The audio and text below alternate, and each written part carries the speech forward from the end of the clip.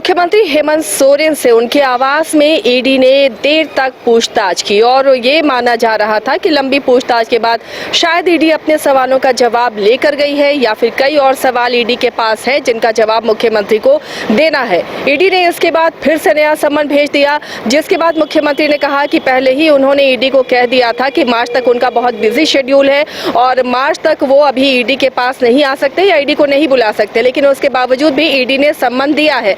अब ये आरोप जो दोनों तरफ से लगाए जा रहे हैं, सत्ता पक्ष हो या विपक्ष की बात करें, उन सब के बीच में अब ईडी के सम्मन पर भी सवाल उठने शुरू हो गए हैं। इसे लेकर किस तरह की आगे राजनीति हो रही है, सहयोगी मदन भी हमारे साथ जुड़े हुए हैं, उनसे समझने की कोशिश करते हैं।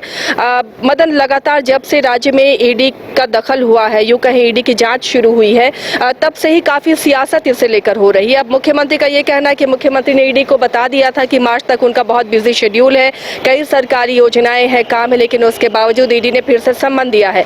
इस पर किस तरह की आगे और राजनीति प्रदेश में और किस तरह सरकार भी घिरती हुई नजर आ रही है?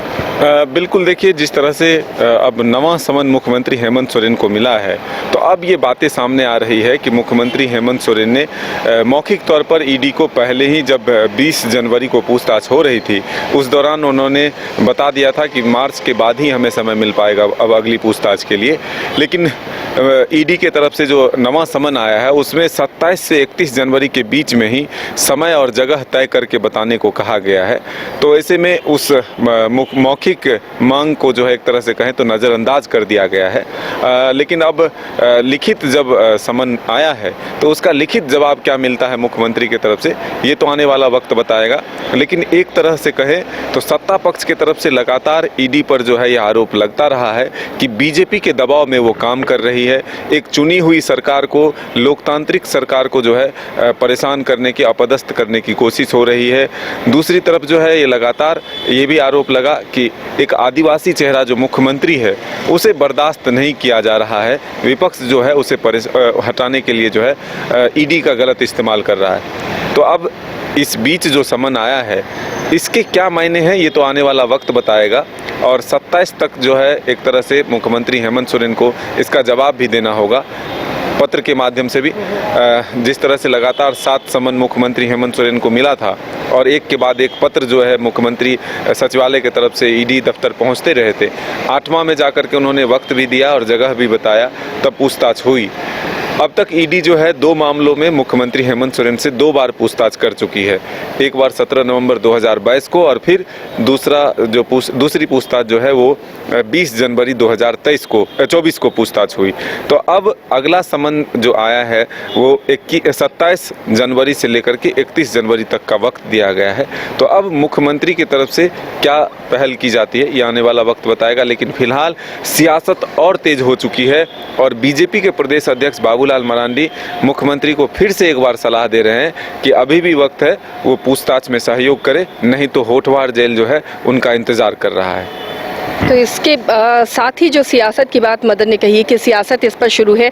जो ईडी पहुंची थी मुख्यमंत्री आवास और धारा 144 लगाई गई थी 500 मीटर के दायरे में मुख्यमंत्री आवास के पास। उसके बाद जिस तरह से एफआईआर का खेल हुआ, जिस तरह से जेएमएम ने प्रेस कॉन्फ्रेंस कर कई तरह के आरोप लगाए, ईडी से कई सवाल भी पूछे और इधर अब बीजेपी इसे लेकर मुखर है, बीजेपी की तरफ से प्रेस कॉन्फ्रेंस होता है और कई तरह के आरोप लगाए जाते हैं। मदन, तो आने वाले दिनों में ये जो ईडी की राजनीति राज्य में चरम पर नजर आएगी और क्या आगे संभावनाएं हैं? क्या जिस तरह से प्लान बी जेएमएम तैयार कर रखा था गांधी सीट खाली कराने के साथ ही उस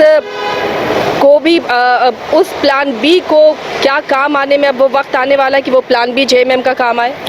देखिए, जेएमएम की तरफ से भी कई सारे विकल्पों पर जो है काम कर लिया गया है, वक्त काफ़ी मिला है और इसी वक्त में जो है हर वो परिस्थितियां भांप ली गई है जो आगे अगर स्थिति बनती है तो कैसे निर्णय लिया जाए। इसी का नतीजा है कि एक सीट से विधायक जो गांधी से जेएमएम के थे सरफराज अहमद, उनके सीट को खाली कराया गया और उसी सीट पर जो है एक तरह से कहें तो 6 महीने के भीतर अगर जो चुनाव होते हैं तो उससे एक उम्मीदवार के तौर पर कल्पना सोरेन को जो है एक तरह से माना जा रहा है संभावित उम्मीदवार के तौर पर कि उन्हें जो है चुनाव जिताकर लाया जा सकता है। लेकिन फिलहाल सियासत ईडी की पूछताछ के दौरान भी हुई है।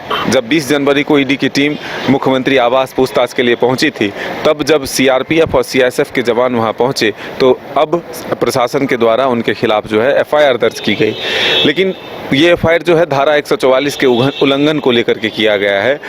बीजेपी की तरफ से आरोप लग रहा है कि अगर धारा 144 के उल्लंघन का मामला सीआरपीएफ के खिलाफ बनता है तो मुख्यमंत्री हेमंत सोरेन के खिलाफ भी ये मामला जो है दर्ज होने चाहिए, क्योंकि मुख्यमंत्री हेमंत सोरेन खुद उसी परिसर में जो है जहां धारा 144 लगा था वहां अपने कार्यकर्ताओं को आकर संबोधित करते हैं, एक तरह से उन्हें उकसाने का कोशिश करते हैं।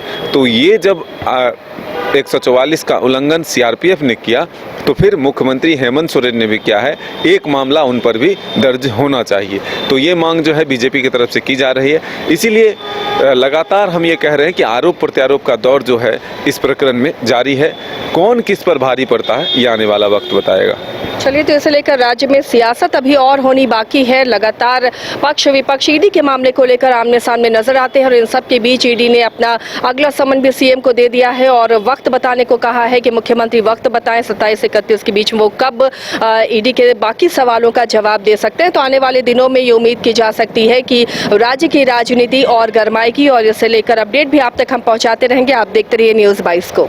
IIT जी नीट एस्पिरेंट्स के सपने को पंख देने आ गया है कंप्लीट सॉल्यूशन इंस्टीट्यूट। यहाँ है smart classroom, 1-to-1 doubt clearing session, ask the expert, video solution और भी बहुत कुछ। मतलब हम करेंगे आपको गाइड, बनेंगे आपके mentor. Foundation classes from class 6 onwards for your bright future. Visit complete solution institute. घर के लिए ग्रोसरीज की जरूरत हो या चाहिए फल और सब्जी, डेयरी या बेकरी प्रोडक्ट्स चाहिए या beverages, snacks and branded foods चाहिए हो या ब्यूटी प्रोडक्ट्स, अब इनके लिए अलग अलग दुकानों की तलाश हुई खत्म, क्योंकि रांची में खुल गया है केस्टोमार्ट, जो रखे आपका और आपके बजट का ख्याल। हर सामान पर 5% की छूट, होम डिलीवरी की सुविधा भी।